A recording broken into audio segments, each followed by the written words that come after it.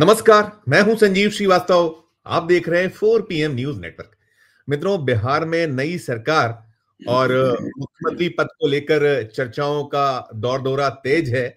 और दूल्हा कौन होगा, हालांकि कहीं ये निकलता है कि फिर नीतीश कुमार, और बीजेपी ने कई बार कहा है, लेकिन खुलकर कुछ भी नहीं निकल कर आया है, साफ नहीं हो पाया है। और बड़ी अलग अलग, जैसे हम आज की बात करें तो आज सुबह से और अब तक जो चलता रहा सूचनाएं, बैठकों का दौर, तमाम सिलसिला, और ये भी था कि भारतीय जनता पार्टी विधायक दल अपनी बैठक करेगा, फिर एनडीए के साथ उसकी बैठक होगी, तमाम था। और अब यह है कि शाम को एक बैठक हुई है, लेकिन बैठक में भी अभी कोई स्पष्ट नहीं है। वही है कि गोलमोल सी स्थिति है। और एक बड़ा खास आज का दिन ये रहा कि नीतीश कुमार को लेकर सुबह से सूचना थी कि आज वे जाएंगे, राज्यपाल से मुलाकात करेंगे और इस्तीफा सौंप देंगे, और नई सरकार के गठन को लेकर राज्यपाल जी को सूचित कर दिया जाएगा। विधानसभा भंग करने की एक अधिसूचना संबंधी जो कार्रवाई है उसको आज वो कर देंगे, लेकिन आज ये सब नहीं हुआ। अब निकला ये है कि कैबिनेट की बैठक हुई थी और 19 तारीख को अब ये सारी कुछ प्रक्रिया होगी। 20 तारीख को सूचना आ चुकी कि 20 तारीख को गांधी मैदान पर नई सरकार का शपथ ग्रहण समारोह होगा, लेकिन अभी भी बहुत साफ नहीं है कुछ चीजें कि दूल्हा कौन होगा, उस जो बारात है कौन होगा, क्या होगा। वैसे कहा ही जा रहा है कि नीतीश कुमार, लेकिन फिर भी जो सारा घटनाक्रम चल रहा है और जिस तरह से भारतीय जनता पार्टी के ये जो दो दिग्गज हैं, मोदी और शाह, वो उनके जो पर्चियों वाले मुख्यमंत्री है, जो कुछ निकलता रहा है, तो बहुत कुछ है, कई कयास, कई वो तमाम। तो इन्हीं सब मसले, इन्हीं सब मुद्दों पर बातचीत करने के लिए चलेंगे। देश की बात में हम प्रोफेसर अभय दुबे सर को जोड़ना चाहूंगा। जुड़ गए अभय सर हमसे। अभय सर, बहुत बहुत स्वागत है आपका। और बिहार में जो कुछ घटनाक्रम अभय सर हो रहा है, बहुत महीन सा अंतर है कि अगर देखा जाए तो 89 सीटें भारतीय जनता पार्टी की, 85 जेडीयू की, 4 का अंतर, और बाकी उनके जो घटक दल तमाम है। तो ऐसे में जो जो नीतीश कुमार का आज कदम दिखाई दिया कि राज्यपाल से मिलते हैं, मिलने के बाद सर वो आज नहीं वो सिफारिश करते हैं, कैसे देखें, कैसे ले। हालांकि ये है कि वही होंगे, फिर भी ये जो सब चल रहा है इसके कारण बहुत कुछ है कि बड़ा खुलकर कुछ नहीं स्पष्ट है। क्या तो कहिए? राज्यपाल से मिले थे आज? क्या ही वो आज राज्यपाल से मुलाकात हुई है। अच्छा, आज नीतीश कुमार मिले हैं।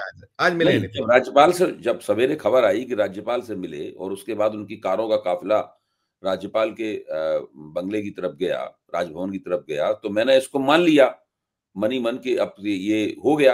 अब तो राज्यपाल को मिलकर इस्तीफा दे देंगे और नई सरकार के गठन की कार्रवाई शुरू होगी, औपचारिकताएं शुरू होंगी। लेकिन मेरी थीसिस शुरू से ये थी कि नीतीश कुमार का दोबारा इस बार मुख्यमंत्री बनना मुश्किल है। और मैं लगातार ये कह रहा था कि नीतीश कुमार के ऊपर बड़ा कड़ा नियंत्रण है, बड़ा कड़ा पहरा है राजभवन के ऊपर। अब इधर हेड स्पेस को देखिएगा, हेड स्पेस ना कटे, थोड़ा सा यदि हेड स्पेस ना कटे। जी जी जी जी। और कड़ा पहरा है राजभवन को लेकर, वहां जैमर्स लगे हुए हैं, आना जाना लोगों का मुश्किल है, बड़े नियंत्रित ढंग से ही लोग वहां पर जा रहे हैं। वो नीतीश कुमार जब से मतगणना हुई है अपना मुख्यमंत्री आवास से बाहर नहीं निकले थे, तो ये इस प्रकार की स्थिति थी। मेरा ये भी मानना था कि भारतीय जनता पार्टी लगातार उनके साथ बातचीत कर रही है और उनको मना रही है कि वो मुख्यमंत्री पद के ऊपर इस बार अपना दावा छोड़ दें ताकि भाजपा अपना मुख्यमंत्री बना पाए। लेकिन जब ये खबर आई कि नहीं, वही निकलेंगे और राजभवन जाके इस्तीफा देंगे और उसके बाद में वो दावा पेश करेंगे, तो मुझे लगा कि शायद मेरी धारणा ये गलत थी। लेकिन मैं समझता हूं, अब आज की घटना से लगता है कि मेरी धारणा में अभी भी कुछ दम है, वो पूरी तरीके से चुकी नहीं है। मेरा मानना यह है कि भारतीय जनता पार्टी के पास ये एक ऐसा मौका है जब वो अपना मुख्यमंत्री वहां बना सकती है। अगर वो अभी उसने अपना मुख्यमंत्री नहीं बनाया तो 5 साल के लिए बात और उसके हाथ से निकल जाएगी।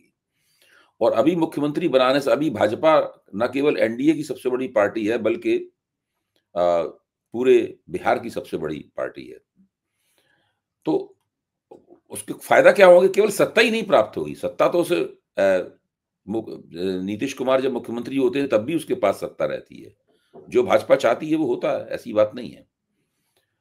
अपना मुख्यमंत्री बनाने पर सत्ता का शीर्ष पद उसको मिल जाएगा, यानी सत्ता 100% भाजपा की हो जाएगी, तो सही बात है। लेकिन इसके अलावा भी भाजपा को बहुत कुछ कर सकती है। वो क्या कर सकती है भाजपा?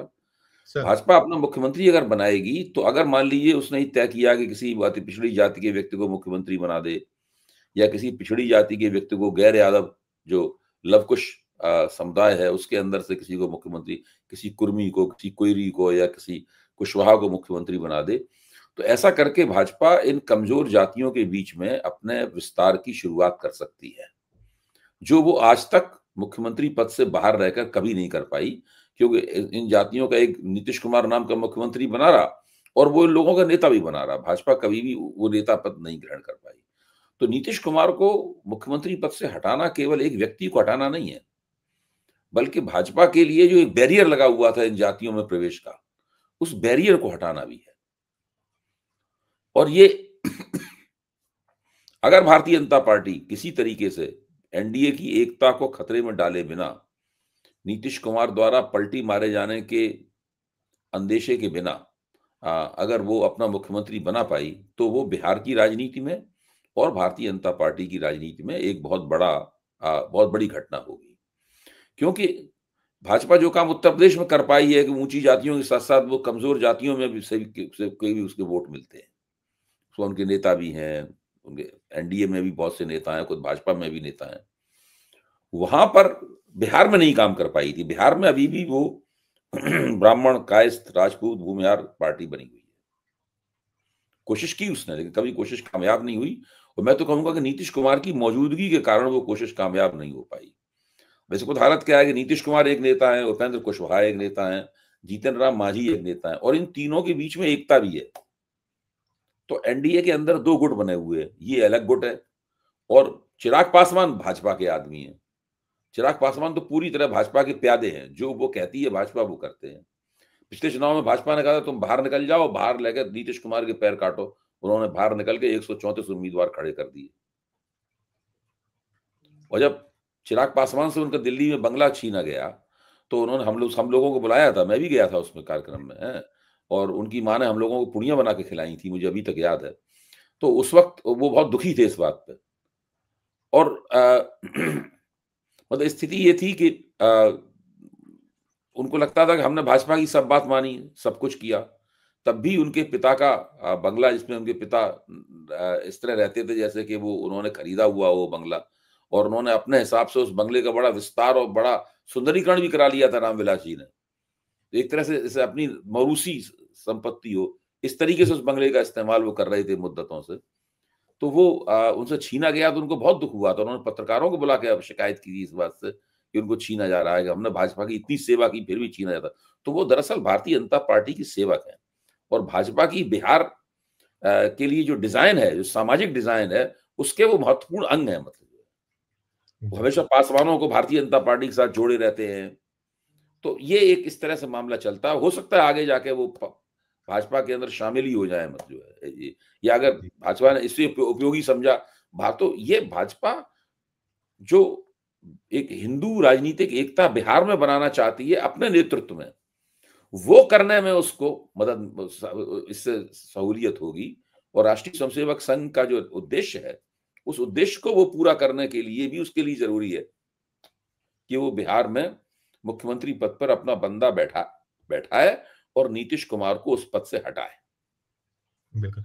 मैं अफसर पूरे इसमें ये जब पहले हमने फेज में देखा था, पहले फेज में जो सीन निकले थे वोटिंग वाले दिन, वो बड़ा बीजेपी को जिस तरीके से हुट्स हुआ था, और वो विजय सिन्हा वाला भी सबने देखा था डिप्टी सीएम के साथ, फिर भी नहीं कहा गया। उसके पहले भी बस ये कहते रहे वैकेंसी नहीं है, कोई जो है कहीं पद खाली नहीं है। भारतीय जनता पार्टी के आला कमान के किसी महत्वपूर्ण सदस्य ने अभी तक नहीं कहा है कि नीतीश कुमार ही अगले मुख्यमंत्री होंगे। नहीं कहा। 3 महत्वपूर्ण सदस्य हैं उनके, नरेंद्र मोदी, अमित शाह और जगत प्रकाश नड्डा। इन तीनों में से किसी ने नहीं कहा है कि वही मुख्यमंत्री होंगे। जब तक इन तीनों में से कोई ये नहीं कह देगा वो मुख्यमंत्री होंगे, तब तक मैं नहीं मानूंगा कि भाजपा उन्हें मुख्यमंत्री बनाने के लिए तैयार हो गई है। अच्छा, नीतीश कुमार भी बड़े हार्ड बार्गेनर है। ऐसी बात भी नहीं है कि भाजपा के समझाने से या पोटने से, फुसलाने से या धमकाने से या कुछ तिकड़म करने से वो मान जाए, ऐसी बात भी नहीं है। तो आज वो गए वहां तक और उन्होंने अपना इस्तीफा नहीं दिया और वो चले आए। तो इसमें इसका मतलब ये है कि अभी काफी कुछ होना बाकी है, काफी कुछ होना बाकी।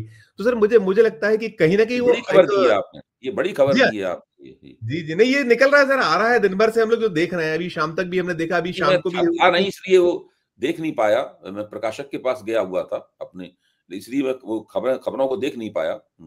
जी, जी। नहीं सर, इसमें इसमें ये भी कहीं इसमें ये भी होता है कि नीतीश कुमार अभी भी कहीं वो अ, आशंकित हैं। ये तो निकलता है कि 48 घंटे के लिए टाल दें। अगर वो उनको एकदम होता तो ये कहीं वही जो आप कह रहे हैं हार्ड बार्गेनर हैं उसमें। और दूसरा एक भी ये भी निकला है सर कि अभी शाम को जो उनके डिप्टी सीएम होते थे उनके यहाँ बैठक हुई है। जो इनके सिन्हा के अलावा जो डिप्टी सीएम उनके हैं वो उनके यहाँ एक बैठक हुई है और बैठक में ये भी निकल कर आता है कि चला है, बातचीत हुई है और उसके साथ साथ ये भी कि बीजेपी को सूचियां सौंप दी हैं। देखिए अभी जो सीन तो वही है, 89, जेडीयू 85, एलजी पीआर 19 है, हम भी है 5 और आरएलएम भी है 4। हालांकि ये चाहे हम हो या ये तो कह रहे हैं कि नीतीश कुमार, लेकिन सब इस समय बहुत बार्गेनिंग के मूड में है। अपना अपना ये भी निकल रहा है कि इस समय चाहते हैं ये अपने चिराग पासवान की डिप्टी सीएम उनका हो। तो बहुत इस समय बीजेपी बड़ा कहीं ना कहीं बहुत द्वंद उसके यहाँ चल रहा होगा। सारा कुछ क्या सीन होगा आप देखिए अगर कि और किसी बातों पे द्वंद नहीं है। ये सब बातें बहुत आसानी से हल की जा सकती हैं कि कितने डिप्टी सीएम हो, किसको कौन सा पद मिला है। ये सब बातें इसमें मुझे नहीं लगता कि इसमें दिक्कत होती है, लेकिन इतनी बड़ी दिक्कत नहीं है। असली दिक्कत मुख्यमंत्री के पद के लिए है। मुख्यमंत्री नीतीश कुमार होंगे या भारतीय जनता पार्टी का मुख्यमंत्री होगा, जो जो जो वास्तविक होड़ है, मतलब वहां पे बिहार में वो ये होड़ है। और मैं समझता हूं कि इससे अच्छा मौका भाजपा को नहीं मिलेगा। अगर नीतीश कुमार ने कहीं भाजपा को ये समझा दिया कि हमें 1 साल के लिए बना दीजिए, 2 साल के लिए बना दीजिए, हैं, तो वो फिर पद नहीं छोड़ेंगे। 1 साल बाद, 2 साल बाद कोई नहीं छोड़ता है। आप देखिए छत्तीसगढ़ में भूपेश बघेल ने नहीं छोड़ा, मायावती ने कभी पद नहीं छोड़ा, कोई नहीं छोड़ता है पद। बिल्कुल, बिल्कुल। तो जो भारतीय जनता पार्टी के जितने जो इस दौड़ इसके कह लीजिए इस पद के जो महत्वाकांक्षी लोग हैं जिनको कहीं और उन्होंने कहा था आपके अमित शाह साहब ने कि हम बहुत बड़ी जिम्मेदारी वो डिप्टी सीएम को लेकर कह रहे थे हम देने वाले हैं। तो नहीं, ये वो सब कई सम्राट सम्राट चौधरी तारापुर से चुनाव लड़ रहे थे, तो उनके चुनाव में भाषण देने के लिए अमित शाह गए और अमित शाह ने पब्लिक से कहा कि आप सम्राट चौधरी को जिताइए, हम उन्हें बड़ा आदमी बनाएंगे। अच्छा, अब वो पहले से ही बिहार के उप मुख्यमंत्री थे उस सरकार जी में, हाँ। और वो वित्त मंत्री भी थे। तो इससे ज्यादा बड़ा आदमी और क्या हो सकता है? इससे बड़ा आदमी तो केवल मुख्यमंत्री ही हो सकता है। फिर आप ध्यान कीजिए, जिस वक्त एनडीए अपना घोषणा पत्र मौर्य होटल में अपना कर रहा था, तो उस वक्त भी बाकी सब लोग चले गए थे, सम्राट चौधरी से ही घोषणा पत्र थोड़ा बहुत पढ़वाया गया था। तो सर हम अभी अभी मान के चले कि सब कुछ अभी है, ओपन अप है। मतलब भारतीय जनता पार्टी तो अंतिम वक्त तक यही कोशिश करेगी किसी तरीके। और ये भी एक कहीं चल रहा है कि ऐसा ना हो कि इस तरीके से बहला फुसला, हालांकि आप कह रहे हैं बहलाने फुसलाने में नीतीश कुमार तो आने वाले नहीं है, लेकिन क्या ऐसा सीन भी हो ये सकता है बहलाने जैसा फुसलाने बीजेपी। में नहीं होगा। मुझे लगता ये है कि वो तो बिल्कुल जबरदस्त दबाव ऐसा होगा। नीतीश कुमार को ये लगेगा कि उन जब तक भाजपा ये साबित नहीं कर देगी नीतीश कुमार के सामने कि अगर तुमने मुख्यमंत्री पद नहीं छोड़ा तो हम तुम्हें तहस-नहस कर देंगे। तुम्हारे भविष्य की सारी संभावनाएं समाप्त हो जाएंगी, मुख्यमंत्री पद छोड़ दो तो एक अच्छा रिटायरमेंट पैकेज मिल सकता है तुम्हें। जब तक ये नहीं होगा तब तक जो है वो नीतीश कुमार ऐसा मुख्यमंत्री पद नहीं छोड़ेंगे, क्योंकि कुछ ना कुछ तो उसमें पेच अटक ही गया है। ये है जितना सीन तो यही आ रहा है कि जिस तरीके से बुलवाया गया है पीछे से है कि उनको मनाने की कोशिश, कहीं फुसलाने की, जो भी जितनी चीजें। लेकिन आप जो कह रहे हैं ना मोदी ने बोला, ना अमित शाह ने बोला, ना जेपी नड्डा ने बोला। सर सेंट्रल गवर्नमेंट के सेहत पे क्या असर होगा अगर नीतीश कुमार नाराज हो जाते हैं तो? नीतीश कुमार नाराज हो जाते हैं, नीतीश कुमार की, मैं यही तो कहता हूं, भाजपा के पास सारे पत्ते हैं। नीतीश कुमार के पास 12 एमपी है लोकसभा के, 4 राज्यसभा के एमपी हैं। तो वो मुझे लगता है कि वो 16 एमपी भाजपा ने प्रबंधित कर रखे हैं। और नीतीश कुमार के जो सबसे खास आदमी है ललन सिंह, वो बिल्कुल उनका एक पैर भाजपा की नाव में है। दूसरे खास आदमी है संजय झा। आप तो जानते ही संजय झा पहले अरुण जेटली के आदमी थे। जी हाँ, जी हाँ, जी हाँ। हाँ, तो वो तो सब लोग भाजपा के ही लोग हैं एक तरह से। तो उसमें कोई नीतीश कुमार की नीति, वो तो अगर भाजपा अपने पे आ जाए तो नीतीश कुमार के सारे एमपी वो अब नीतीश कुमार से छीन सकती है और जनता दल यूनाइटेड सांसद विहीन पार्टी हो जाएगी।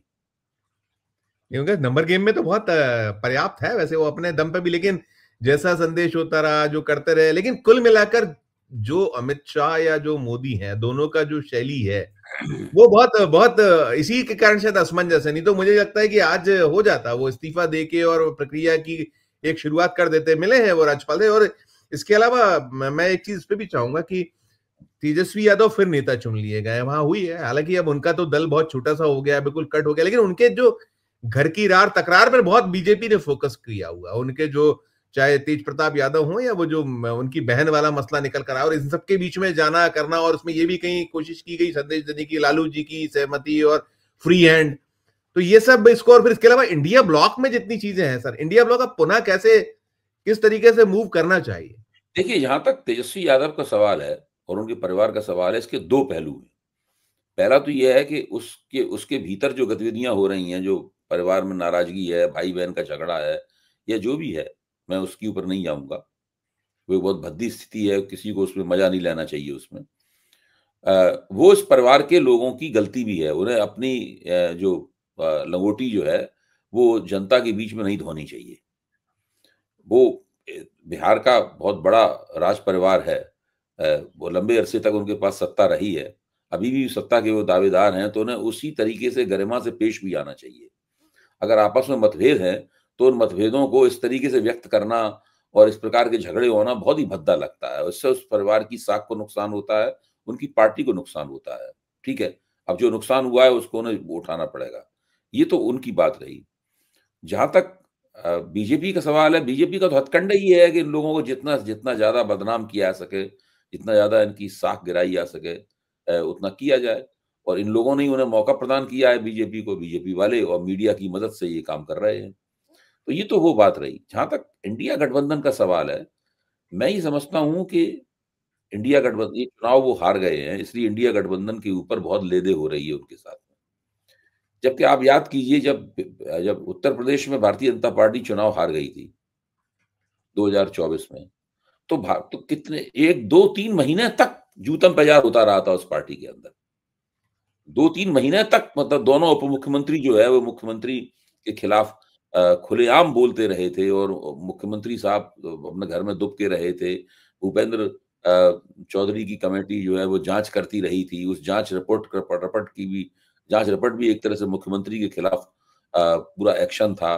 फिर वो आरएसएस के साथ मिलकर उन्होंने अपनी स्थिति सुधारी, योगी आदित्यनाथ ने। तो हर बड़ी पराजय के बाद में इस तरह की स्थितियां होती हैं। मीडिया में काफी हंगामा होता है और मीडिया कुछ इस तरह से पेश करता है कि अब सब कुछ उनका ढह गया है, अब कुछ बचा नहीं है। तो ऐसा होता नहीं है, ऐसा होता नहीं है। देखिए, जनता राष्ट्रीय जनता दल की 2010 में भी इससे इससे भी बुरी स्थिति हुई थी। तो 2010 में राबड़ी देवी जो मुख्यमंत्री थी तत्कालीन, वो 2 निर्वाचन क्षेत्रों से लड़ी थी, राघोपुर से और सोनपुर से, और दोनों जगह से चुनाव हार गई थी। 28 केवल आए थे इनके विधायक, और नीतीश कुमार ने अकेले ही 115 सीटें जीत ली थी उसमें। तो वो 203 सीटें प्राप्त हुई थी 210 के उसमें भी। और वो जो फैसला था जनता का, उसमें कोई इल्जाम भी नहीं था, संदिग्ध भी नहीं था, उसमें चुनाव आयोग की भी कोई दूषित भूमिका नहीं थी उसके अंदर। उसमें रुपया भी नहीं बांटा गया था ऐसे इसमें रुपया बांटा गया, ये कुछ भी नहीं था। मतलब जो है, रुपया बांटने का उस चलन ही नहीं हुआ था 2010 में। इस तरह से कोई लाभार्थियों को बनाता ही नहीं था, ये सब होता ही नहीं था उस वक्त। तो उसके बावजूद भी कोई ऐसे राष्ट्रीय जनता दल मरा थोड़ी ना, वो एक बड़ी ताकतवर मजबूत पार्टी बना रहा। और आप देखिए, उसके बाद 2015 में उसने नीतीश कुमार के साथ मिलकर भारतीय जनता पार्टी को हराया भी, और उसके बाद भी बीच में एक बार नीतीश कुमार के साथ मिलकर सरकार बनी, इसमें तेजस्वी यादव उप मुख्यमंत्री बने। तो ऐसा राष्ट्रीय जनता दल एक बड़ी पार्टी है। उसकी प्रमुख समस्या ये है कि वो यादव मुसलमान जो जनाधार की सीमाएं हैं उनको नहीं लांघ पाती। बस केवल अगर वो उसको किसी तरीके से लांघ जाए तो वो कुछ भी कर सकती है। अब ऐसा अब ये जो 26 के लिए क्या छुपा हुआ? 5 सूबे हैं, मतलब 5 राज्य विधानसभा है, जो आप चाहे पश्चिम बंगाल हो, तमिलनाडु हो, केरल हो, और सब जगह बीजेपी। और ये जो आप कह रहे हैं कि ये जो हथकंडे फिर प्रोपेगेंडा और सब जो करते हैं, तो इन परिस्थितियों में क्या कुछ इंडिया ब्लॉक के लिए ज्यादा बीजेपी सतर्कता? अपना सारा फोकस पश्चिम बंगाल पर रखेगी। सर तमिलनाडु में भी ज्यादा कुछ कर नहीं सकती, केरल में थोड़ा बहुत कर सकती है, लेकिन ऐसा ज्यादा कुछ नहीं कर सकती। पांडिचेरी में बहुत छोटा राज्य है, ज्यादा उसका कोई ऐसा महत्व नहीं है, केंद्र शासित प्रदेश है पांडिचेरी है। असम। सब बीजेपी के लिए सबसे बड़ी प्रतिष्ठा की लड़ाई है पश्चिम बंगाल की। अगर पश्चिम बंगाल में भारतीय जनता पार्टी कुछ कर पाई या उसने ममता बनर्जी को हरा पाया, तो ये फिर उसके मुकुट में एक बहुत बड़ी कलगी लगेगी और एक नया ब्रेक थ्रू करेगी वो पश्चिम बंगाल में। क्योंकि पश्चिम बंगाल वाला मोर्चा जो है, उससे सिर पटक पटक के बीजेपी ने कई बार अपना सिर लहूलुहान किया है, लेकिन वो उसमें कुछ कर नहीं पाई है। वो न लोकसभा हो, न लोकसभा, न विधानसभा, उसमें ममता बनर्जी को वो नहीं हरा पाती है। तो वो वहां पे पूरी कोशिश करेगी। इसलिए बिहार के जीत के जश्न मनाया जा रहा था, तो नरेंद्र मोदी ने कहा भी था कि अब हम पश्चिम बंगाल में भी जंगल राज खत्म करेंगे। कहा तो था, उन्होंने पश्चिम बंगाल का ही जिक्र किया था। तो अब सारी लड़ाई जो है वो पश्चिम बंगाल केंद्रित होगी। बिल्कुल। नहीं तो अब इसमें जो इंडिया ब्लॉक को तोड़ने की जो एक उन्होंने जिस तरीके से चीजें मूव की प्रधानमंत्री जी को इस भाषण में, बहुत सारी चीजें उन्होंने कही, तो इसमें इंडिया ब्लॉक की टूट की भी उन्होंने संभावना है। वो पहले से भी जाता था और अब तो ज्यादा इन लोग की तरफ से जिस तरीके फोकस है, तो इन हालातों में क्या कुछ ज्यादा इस समय क्या लगता है कि ये एकता बनी रहे? इंडिया ब्लॉक में उथल पुथल होती रहेगी। इंडिया ब्लॉक में मतभेद की खबरें आती रहेंगी। नेता लोग ऐसे बयान देते रहेंगे जिससे लगेगा कि इंडिया ब्लॉक टूट सकता है, लेकिन टूटेगा नहीं इंडिया ब्लॉक। क्योंकि आप देखिए, जब लोकसभा का सत्र शुरू होता है तो वहां पे इंडिया ब्लॉक एकजुट हो जाता है हमेशा। होता है। लोकसभा के सत्र के दौरान ऐसा लगता है कि जिनमें फिर से एकता हो गई है। तो ये एकता और मतभेद की प्रक्रिया चलती रहेगी। अभी 2029 तक बहुत विधानसभाओं के चुनाव होने हैं। है हर लगातार। विधानसभा के चुनाव में ये समस्या आएगी। वहां की क्षेत्रीय पार्टी है, उसकी प्रधानता होती है, फिर कांग्रेस वहां सीटें मांगती है, तो उसमें झंझट वगैरह सब होता है उसके अंदर। तो जब तक राज्य विधानसभाओं के चुनाव चलते रहेंगे, तब तक इंडिया ब्लॉक इसी तरीके से आगे बढ़ेगा। इंडिया ब्लॉक संसद के बाहर उस वक्त एकजुट दिखाई पड़ेगा जब विधानसभा के चुनाव समाप्त हो जाएंगे और केवल लोकसभा का चुनाव ही होना बाकी रह जाएगा, तब इंडिया बट ब्लॉक। नहीं, लेकिन सदन के साथ सड़क पर या जो इस तरीके, इसमें भी है कुछ, क्या कुछ अहम के भी टकराव के भी है, जो अपने खुद के व्यक्तिगत अपनी पार्टी का जो लाभ है उसके चक्कर में सबसे कुछ बड़ी ये। गलती वो ये कर रहे हैं, उन्हें चाहिए कि इंडिया ब्लॉक का एक औपचारिक सांगठनिक ढांचा बना दें। बहुत कांग्रेस सही। उसकी एंकर पार्टी है। कांग्रेस उस और कांग्रेस अपने आप को अनौपचारिक नेतृत्व में रखे। औपचारिक नेतृत्व किसी क्षेत्रीय शक्ति को दें, उसका संयोजकत्व या कुछ दें उसको, है। और कांग्रेस एक अपने फिगर हेड के तौर पर, एक शोभा प्रतिष्ठा वाली पद के तौर पर खड़गे साहब उसके अध्यक्ष हो सकते हैं। इस तरह का अगर एक ढांचा बनाया जाए, उसके प्रवक्ताओं का एक दल हो, उसका एक सचिवालय हो, उसका एक दफ्तर हो, उसकी नियमित बैठकें हों, तो बहुत सारी समस्याएं जो विपक्ष की एकता में आती हैं, उन समस्याओं को दूर किया जा सकता है। और ये काम कुछ अनुभवी लोग जो कि मोर्चा चलाने में, गठबंधन चलाने में विशेषज्ञ हों, एक्सपर्ट हों, उनको दिया जाए, तब ये काम हो पाएगा। नहीं, वैसे 2004 से 2014 तक का दौर था, उसको कांग्रेस ने ही सही तरीके से एक संगठित भी किया था, लीड भी किया था, सारा कुछ था। असल में वो जो मोर्चा था ना, वो पोस्ट इलेक्शन मोर्चा बन गया था। क्योंकि कांग्रेस ने 2004 के चुनाव में बीजेपी को पीछे कर दिया था, सर। तो बन गया था मोर्चा। तो वो सत्ता के इर्द गिर्द ज्यादा बना था। मतलब अभी आपको हार की स्थिति में है आप, बीजेपी जीत रही है, वो केंद्र में सत्ता पे काबिज है, तो आपको प्री इलेक्शन मोर्चा बनाना है, उसमें हमेशा दिक्कत होती है। राइट। अबे सर, एक और आया है कि जो बांग्लादेश वाला निकला, देखिए शेख हसीना जी हमारे यहाँ 2024 जो पूरा कांड हुआ तो सब देश को मालूम है और सबको पता है, लेकिन वहां फैसला जो कोर्ट ट्रिब्यूनल का जो फैसला आया उसमें सजाए मौत और फांसी की सजा उनको, और तमाम इसके साथ साथ भारत को लेकर वहां जो मोहम्मद यूनुस ने कहा अब हमें सौंप दिया जाए। तो हम जो अंतर्राष्ट्रीय मोर्चे पर पड़ोसी मुल्कों से हम जो बातें करते हैं, हमारे संबंध रिश्ते तमाम, तो ऐसे में ये जो चीजें हैं और अंतर्राष्ट्रीय वो जो ट्रिब्यूनल था इंटरनेशनल वो बैठा हुआ था, तो इसको कैसे, और वो कह रही है प्रायोजित था, ये सब कुछ साजिश है, ये शेख हसीना का बयान दिया देखिए, गया। ये पहली बार नहीं मोहम्मद यूनुस ने मांग की है। शेख हसीना को सौंप दिया जाए, इसकी मांग काफी पहले से कर रहे हैं। उनके यहाँ से बाकायदा औपचारिक पत्र आ चुका है इस काम के लिए, काफी पहले आ चुका है। मुझे तारीख याद नहीं है, लेकिन कई महीने पहले आ चुका है, औपचारिक पत्र आ चुका है। और यूनुस ने यह भी कहा है कि शेख हसीना भारत में है, वहां से वो बयान देती रहती है, ये भी गलत बात है। तो जब उन्होंने ये आपत्ति की, तो उसके बाद शेख हसीना के बयान यहां से बंद करवा दिए गए। तो शेख हसीना भारत के गले में तो अटकी हुई हैं और ये नरेंद्र मोदी ने उनको अपने गले में अटका लिया है।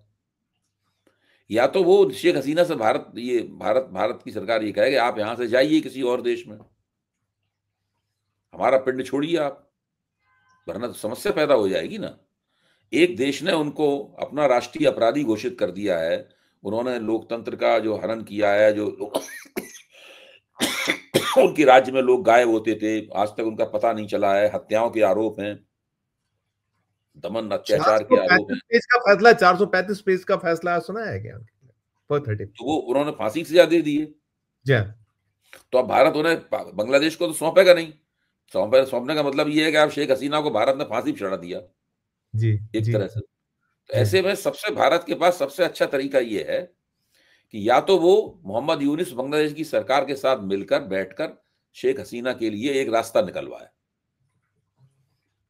और उसमें किसी तीसरे पक्ष को भी शामिल करे कि भाई इसको मौत की सजा न दी जाए, किसी तरीके से उनको बचा लिया जाए, मतलब जो है। ये एक तो ये है।